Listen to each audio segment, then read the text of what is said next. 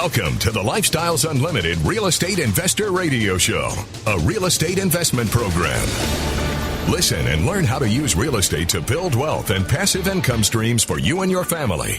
We bring you experts every day to discuss and answer your questions on everything from single-family homes all the way up to 600-plus unit apartment complexes. And now, the Lifestyles Unlimited Real Estate Investor Radio Show.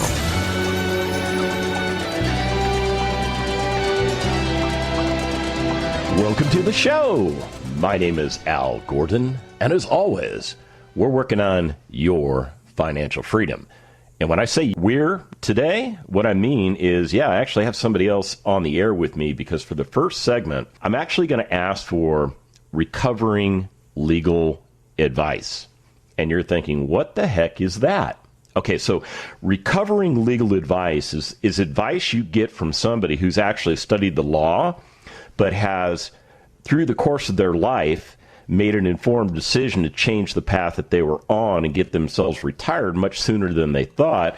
And as a result of that, they kind of wrecked a career that they spent a good portion of their life building and developing because, they got to a place in life where they figured out, this ain't working. And I'm smart enough to know this ain't working. So in 2011, Lee became a member of Lifestyles Unlimited, and he set to wreck his career. He really did. He set out to wreck that career, and he did it. He did it. He no longer provides legal advice to anyone. But the good news is this. Lee does not forget much of what he learned. So as a result, I asked Lee to come on the show today because I need some recovering legal advice. So Lee, how are you today? And can I ask you a recovering legal advice question? Yeah, of course. I appreciate that intro, Al. I always, whenever I need an ego boost, I'm happy to come on the radio with you. Anytime I feel like I'm too big for my britches, I just bring you on and you pretty much set me straight. So here's the question I have. Yes, stewardship. Sir. What is stewardship? Why do we care about stewardship when it comes to investing in property? Well, wow, that's a really great question. And, I don't know the direction. There's multiple directions you can go with that. I guess I'll take one. When I invest in a property and then take on a renter, I want to turn that property around. That's our business model, is to take something that is that can be better managed or has deferred maintenance and turn it around. And then I will steward that property and the residents in that property through my period of ownership. I want to do right by them, and I want to do right by the property because what mom and pops do is they'll get out there and they'll just stop fixing things, and then they fall into disrepair, and what happens? They have to lower their rent to bring new people in, and I call that the circle of death. Or the spiral of death, and I don't want to be in that. I don't want to run things like a mom and pop, and that's not how we teach our members how to run properties either. Yeah, you know what? That's really good advice. And here's the other thing I need to ask you, Lee. Since you're one of our life changers, since you're one of these guys that didn't have to do this, but decided you would help us out by teaching all of our members how to do investing the correct way, what is it that we can look forward to on the Lifestyles Unlimited calendar? What's coming up? Yeah, let me tell you real quickly because we've got a lot coming up. As we typically do, we have a lot of events. We are a national company. And so if you want to check out Lifestyles and learn the 5 ways that we make money in real estate, if you want to learn the 7 principles that we use to provide for our families and run our businesses, and if you want to see how the numbers really work in single-family and in multifamily case studies, I want you to do this. I want you to go to lifestylesunlimited.com. We have some free workshops coming up. They are live streamed, okay? And I'll mention 2, but there's even more than this. We have one on Tuesday, September 21st at 6:30 p.m. Central. We also have one on Thursday, September 23rd at 9:30 Central. I know we got people on the West Coast where that time works better for them. We also have some case studies coming up, and look forward to a case study out of Central Texas. That's September 23rd next week at 6 p.m. And then in Houston, September 30th, end of the month, also at 6 p.m. And then I just want to mention that if you already know, because you've listened to this radio show and you know that real estate is of interest to you and you want to join us on one of our financial freedom seminars, go to givemetotalfreedom.com. Promo code is DEL, D-E-L. And we've got two coming up that I want to mention. We've got a in-person and online version of our two-day. It's a Saturday, Sunday, September 25th and 26th. And that's in Central Texas. And then we have a 4-part financial freedom seminar starting Tuesday, October 12th. That is the same 2-day, just split up into 4 different evenings. And that starts October 12th of next month. I'm in the middle of doing a 4-part right now. I had part 1 last night. My throat always gets a little scratchy after I talk for a few hours. But that it really is a great way to take in that information. Do I have time, Al, to tell you about some meetups and other things coming up? Yeah, go for it. Awesome. So some of these are limited to Challenge and Preferred members, but we have a meetup. We have groups of Lifestyles members in different cities across the country, and so we have 2 meetups in person. One in Tampa, that's Saturday, September 25th. And we also have a San Antonio in-person meetup, and that's Tuesday, September 28th.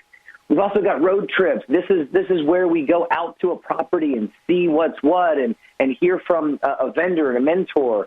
And so if you are interested in those and you're already a member, we have one in Houston on the 18th. We've got a multi-family educational road trip in North Texas the 24th. And we have an indoor single-family educational road trip, and this one's in person and online, and that's also Saturday, the 25th. And look, I'll just end it with this, Al. September starts the busy season for most people, right? We are all busy in September, but don't let that stop you from learning how to retire yourself from corporate America. There are multiple dates this month to start your real estate journey, so don't put it off. Wow, that is a lot of information to unpack, Lee, and I'll tell you what, I'm going to unpack that information. I'm going to talk about some of these great things that you brought to our attention, and then I'm going to get into what stewardship really means. Stick around.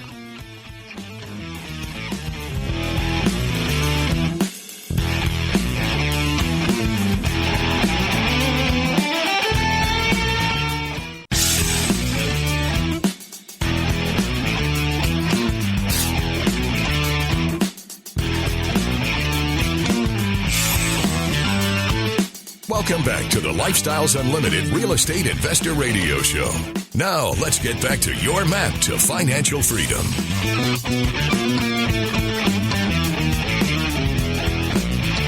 Welcome back to the show.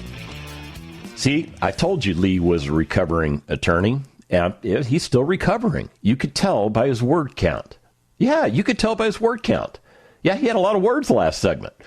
And the reason he had a lot of words, he really had a lot of information to put out to you. But let me just kind of break down some of the things that he said. He was talking about different types of events. Some events are available to non-members. Some events are available only to members. And then when you become a member, there are different membership levels within Lifestyles Unlimited. That's just the way the organization is organized. And it's based on the needs of the membership. Everything that we do at Lifestyles Unlimited is focused on helping our members achieve retirement in the next 5 years.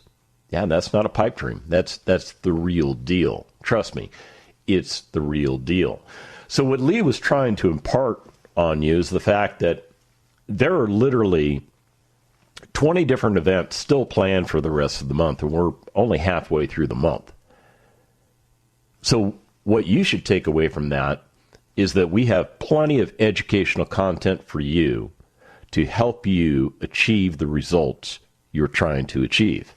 And we do this in many forms. Now, the most important event for you to attend, if you are not a member, is either a free workshop where we will lay down the foundation of our map for you.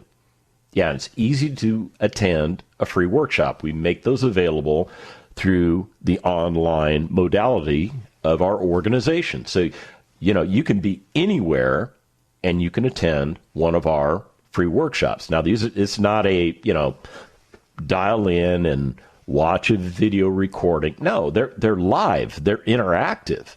Yeah. I mean, they're really good information. So if you want to check out a free workshop, go to lifestylesunlimitedworkshop.com. The other way you can attend an event and not be a member is to have a member invite you to our case study event. Now, case study is different than our free workshop because in our case study event, it's the only event that we offer at Lifestyles Unlimited where we allow non-members to attend. And the reason we do that is so that you can see our members in action. Case study is an event where our members give back to the organization. In other words, somebody who has had success following the map makes a decision that they want to share their results with everybody else. It's part of how we learn from each other. So they will present at case study. And it's not a painful event. It's not like, having to present a thesis statement or something like that. No, because you're surrounded by successful, like-minded individuals and people that are on their way to retirement. And they all want to hear what you have to say because the information that you share helps to reinforce everything that they're doing. And it also gives you some quality feedback knowing that you're on track. It's a really cool event. At every case study that we offer, we always have 2 single-family approaches. In other words, we bring up members that are focused on the single-family space so that you can see all the things that we talk about in play. And then we'll bring up a member that's working on a multifamily deal, and they will take you through the entire project, one over the world, to include all the financials. By the way, the single-family guys, they show you the financials too, because that's how we learn. You have to understand that by investing correctly, you need to be looking at rates of return. You need to be measuring those rates of return, because when you measure those rates of return, you start to understand whether or not your investment is on track or if it's off track. And this gets me right to the conversation that we're going to have today, which is a discussion of stewardship. Now, Lee understands stewardship. I mean, that's one of those things I think they beat in your head when you go to law school, the concept of stewardship. So what is stewardship? Who is this steward guy, and why do we care about his ship? I know, terrible joke, but I had to make it because that's just who I am. Merriam-Webster defines stewardship as the office, duties, and obligations of a steward. Not with a T, with a D, steward. Okay, so you're probably wondering, okay, so what does steward mean? What does that mean? Okay, so steward, by definition, is one employed in a large household or estate. Oh, wait a minute. Large household or estate? Wait a minute. Are we talking about our own households? I mean, I don't live in a large household. I definitely don't really have what I would consider an estate, especially when I watch, the TV shows that show all the people with the incredible wealth. I don't have those things, but maybe this is talking to me and it's talking to you too. So let's get back to the definition. One employed in a large household or estate to manage domestic concerns. Yeah, domestic concerns. In other words, and then they give you what domestic concerns maybe you're managing. Well, let's see. Such as the supervision of servants. Okay, in a household, you could, we've all watched, what's the PBS show, Downton Abbey? Yeah, so we've seen how this household estate thing's supposed to work, right? They have servants. Okay, well, I don't have any servants. I really don't. But I do hire people to perform work for me on the things that benefit my household. Okay, so maybe there's a correlation there. What's the next thing? Collection of rents. Oh, collection of rents. Well, that is talking directly to real estate. What else is there? And the keeping of accounts. The keeping of accounts. So basically, a steward is somebody who effectively manages an estate. And you have an estate. You do. You have an estate. Now, it may not be the estate that you want to have, but you have an estate. You do. You supervise servants in your collective. Yeah, maybe they're called your kids, right? Okay, we got to start somewhere, right? You supervise the collection of rents. Oh, wait a minute. Maybe you don't own any real estate, so you're not really collecting any rents. You're probably just putting that money into that 401k, which is not collecting you any rents. So technically, you're not a steward. Oh, wait a minute. That 401k manager, that financial planner guy, maybe he's collecting rents from you because you're paying into him. So you have pushed your stewardship of your house somewhere else. Now, the keeping of accounts, I'm sure you do that. Everybody has to do that. You have to have a budget, right? You have to know what's coming in your household and what's going out of your household. I mean, that's just the way we do business. But I will tell you this. Most of us in this country don't even understand the concept of stewardship. Even if we have other people perform it on our behalf.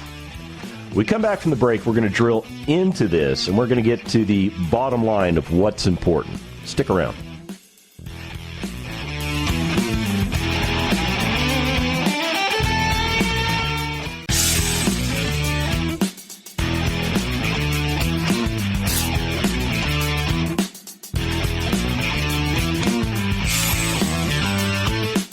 Warning.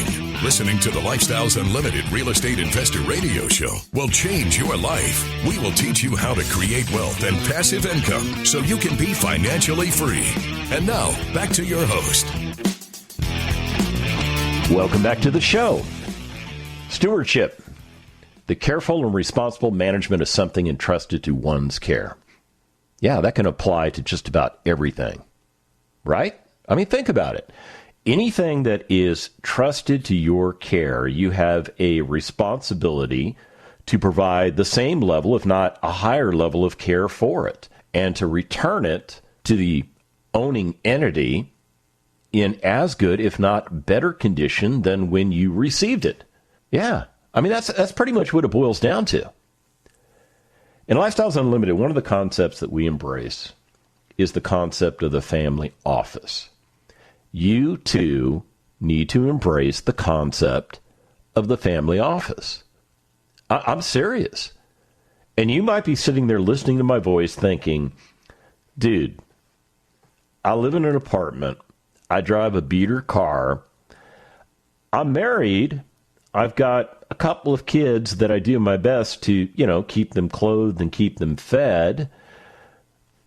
How does this apply to me? Well, very well, actually. The fact that you said you're doing what you need to do to take care of your family is, in essence, the definition of stewardship. You could give up on your family. You could say, hey, you know what? Life's just too tough for me. I can't go on. You guys handle it on your own. But you didn't do that. That is stewardship. And that's important. And that's what I look for when I invest with other members of Lifestyles Unlimited. Because I invest two different ways. I invest into single-family properties that I self-manage. And as a result of that, I employ stewardship to my residents in those properties. And I employ stewardship back to my family because by taking care of those properties and doing everything that I'm supposed to do in accordance with my business model, which, by the way, I learned from Lifestyles Unlimited, everything is good to go. Now, the other way I invest is I give my hard-earned money to other Lifestyles Unlimited members that I believe are excellent stewards of other people's money. In other words, when I invest with somebody, I want to make sure that they're well-rounded, that they're well-grounded, that they understand that if I hand them a big pile of money, they need to take due care and manage it correctly. So in the apartment world of Lifestyles Unlimited, first of all, I need to be very clear and let you know that Lifestyles Unlimited does not buy apartments for anybody. Lifestyles Unlimited does not go out and seek out apartment communities and make those assets available to its members. We think that's an improper relationship. We won't do it. What we do, however, is we educate our members on how to do this correctly. We provide an environment in which they can follow the letter of the law and still make great investing decisions and choices. So our members will go out, they will acquire an asset, and they will make that asset available for a guy like me to come alongside them to invest my money with them. And together, we will obtain the returns that we're looking for. And you're thinking, okay, those are a lot of words, man. What does it really mean? Okay, I think the best way to sum up this stewardship discussion is, it's just to read you an email that I got this morning. Yeah, this thing came in this morning, and it came from one of the lead investors that I'm a partner with. Almost 4 years ago, I invested into a 212-unit apartment community in Dallas, Texas. It was the third apartment community that Tina and I invested in. And the game plan back then was to own and operate that property for 5 years. And then based on the game plan, that property should double our money in a 5-year period. Yeah, that was the game plan going forward. So the way we looked at it was, this is a good deal. This fits our investing criteria. So we gave our money to the lead investor. And the lead investor did great things with it. And here's the email that came back. Dear blah, blah, blah. I'm not going to tell you who the lead investor is because I'm not promoting anybody. I'm not going to tell you what the name of the apartments are because I don't need people going to those apartments. Trust me, there are people that do stuff like that. I don't want the residents of the apartment bothered. Let me give you the salient facts. Effective last night, we're under contract to sell this 212-unit apartment community. Now, the thing was built in 1972, and we got a pretty good price for it. As a matter of fact, it's the best price that was offered to something that was considered a 1970s vintage asset in the community where it exists, because you don't just move apartment communities around. The buyer offered $1 million hard. Okay, so you're going, what does that mean? Okay, so essentially what that means is the buyer thinks so strongly that they will perform on this deal, they're willing to put $1 million on the table. And if they don't perform, if they don't do what they say they're going to do in the time period that we've agreed that they have in order to do all of the feasibility they need to do, and they walk away, that $1 million is left on the table for us as the investors. Now, I'm not interested in the $1 million. I'm interested in the big return that this property is going to provide to us. So the property, I'm not going to tell you the price. I'm just going to tell you it was pretty high. And I'm just going to get you to the end result. So the end result is this. We have owned ownership in that property for just slightly over 4 years. Now, remember, I told you the game plan was double our money in a 5-year window. Okay, so this is what's going to happen. We're not going to double our money in a 5-year window. What we're going to receive is approximately 87% capital gain. In other words, 87% returns, total returns to us over a slightly maybe 4.25 year period. That to me is the same result as doubling my money in 5 years. And the reason this is happening is because the lead investor took ownership of this project. He took stewardship of this project. This project was on the forefront of what he was doing, and he made sure that he obtained the results that he promised to me and the other passive investors in this deal. Oh, and you're probably wondering, okay, so why did you guys not wait and get the doubling effect in 5 years? Because we, as the passive investors in the deal, came together in an annual meeting and we said, you know what?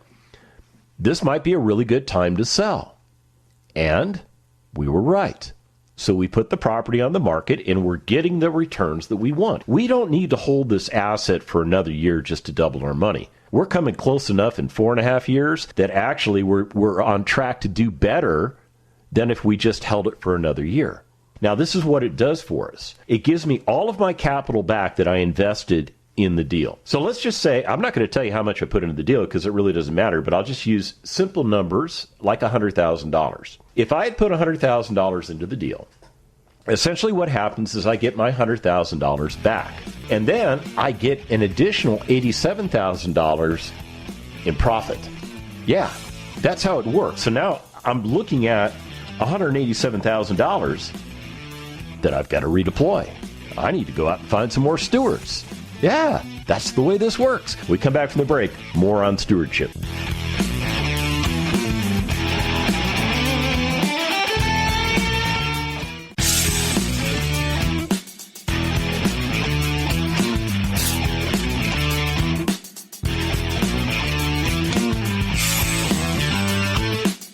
Welcome back to the Lifestyles Unlimited Real Estate Investor Radio Show.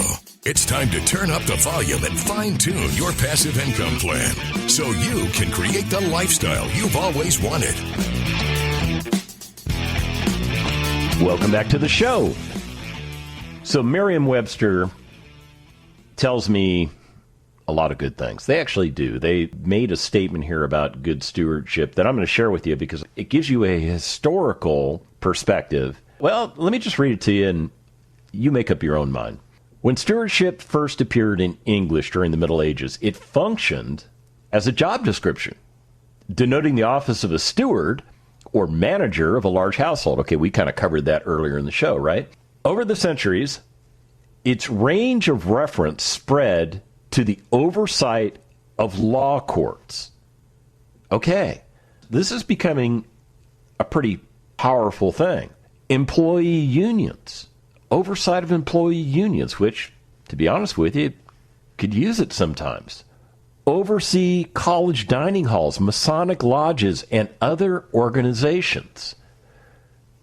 So over time, this concept of stewardship has evolved, and more entities have embraced it. More and more entities see the benefit of what stewardship is. Essentially, stewardship is the careful and responsible management of something. Yeah, that's really what it boils down to. In the context that we use it in Lifestyles Unlimited, is we like to focus on the family office or the home office. When you focus all of your attention on what is truly important to you, and you make sure that everything is organized correctly, everything is doing what it's supposed to do, and if something goes off the rails, you are right there to remedy it. That, to me, is good stewardship.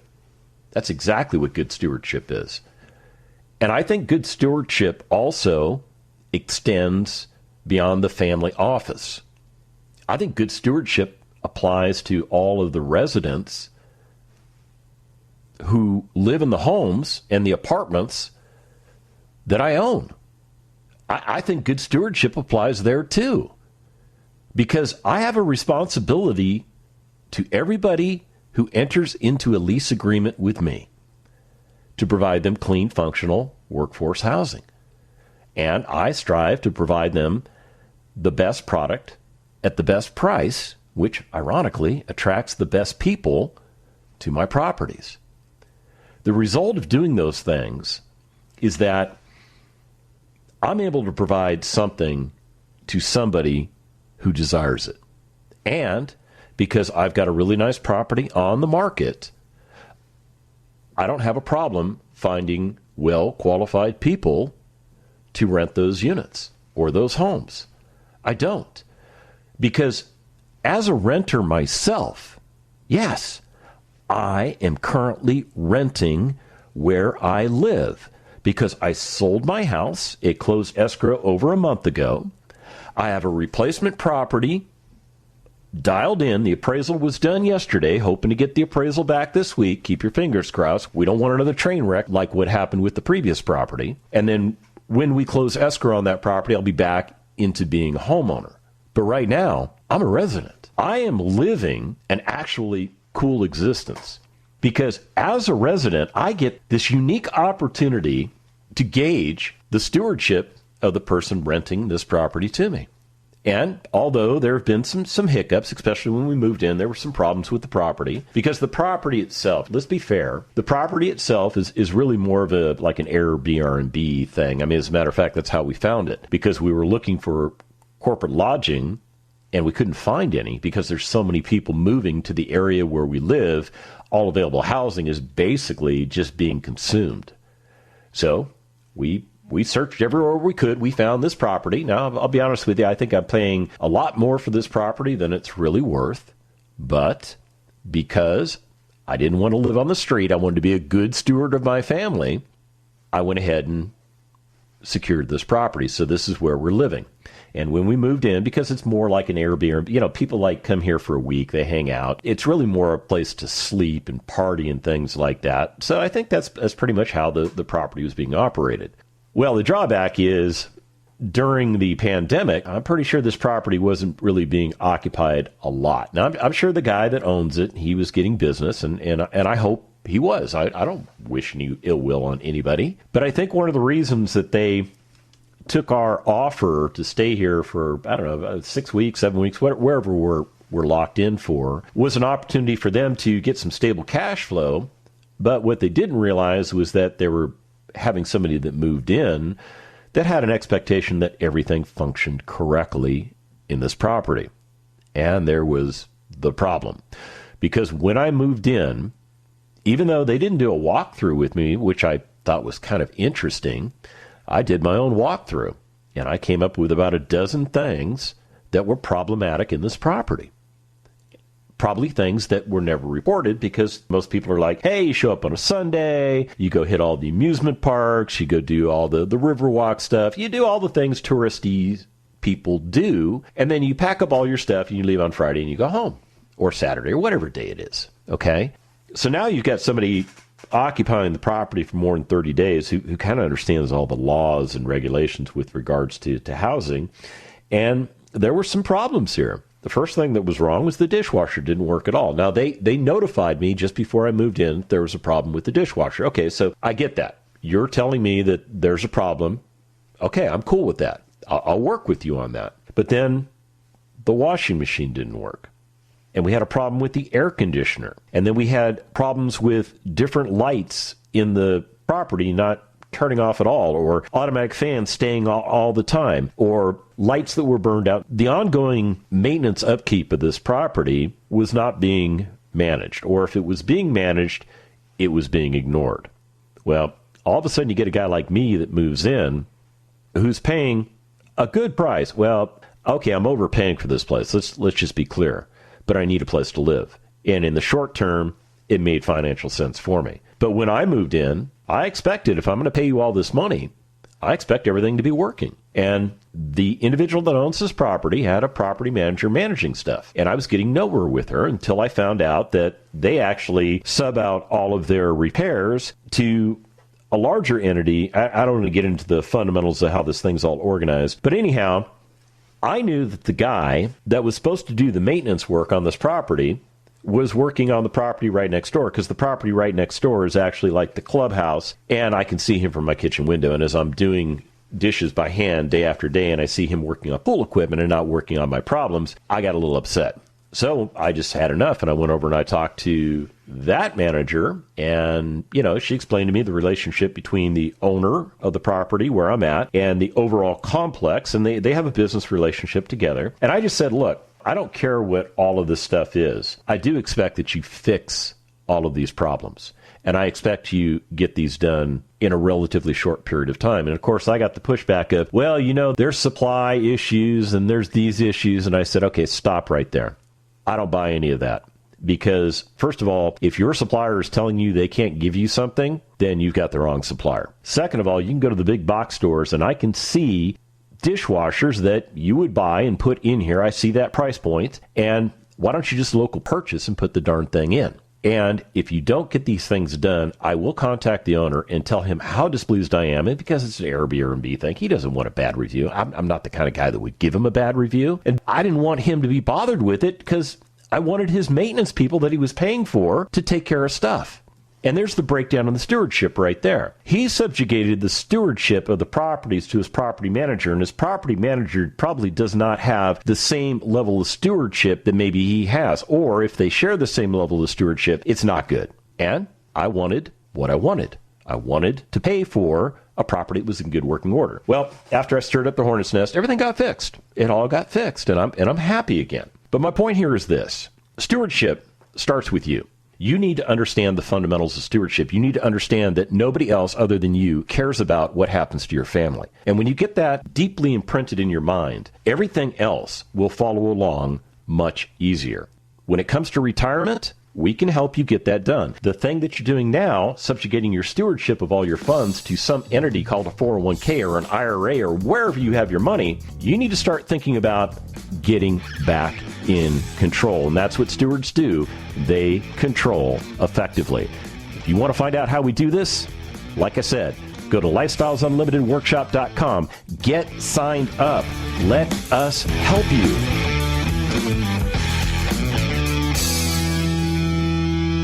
The Lifestyles Unlimited Real Estate Investor Radio Show is for entertainment purposes only. Please consult a professional regarding your personal investment needs. Nothing presented on the Lifestyles Unlimited Real Estate Investor Radio Show constitutes an endorsement, recommendation, offer, or solicitation to buy or sell any product or security.